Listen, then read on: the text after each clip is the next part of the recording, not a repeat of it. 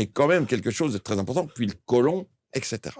Il y a aussi le foie, Bien il sûr. y a le pancréas, il y a les annexes, la vésicule biliaire. Tout cela fait fonctionner le tube digestif. On s'intéresse que trop, me semble-t-il, au côlon. Oui. Et on parle de côlon ceci, côlon cela, alors qu'en fait, l'intestin grêle est le siège de beaucoup de pathologies. Tout à fait. Et c'est là où les choses se passent. Et donc, il faut déjà, par l'interrogatoire et l'examen du patient, trouver quel est le point le plus important. Est-ce l'intestin grêle ou le côlon? D'autre part, la biologie va nous indiquer des choses, puisqu'on est capable aujourd'hui, par des marqueurs biologiques Voilà. quasiment spécifiques, Qu'on a dans la prise de sang. qu'on a dans la prise de sang, de dire qu'il y a une inflammation de la muqueuse intestinale. Alors, ça se voit ou ça se voit pas. Si c'est dans la muqueuse, on peut ne rien voir. S'il y a un granulome, un gros foyer inflammatoire, on le verra d'une façon ou d'une autre, en scanner, en IRM.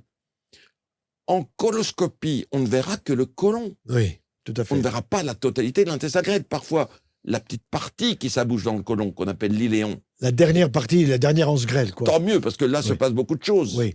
Les élites en particulier. Mais ne croyons pas que parce que le côlon est normal, tout va bien. Oui. Non. On doit aller explorer par d'autres façons l'intestin grêle.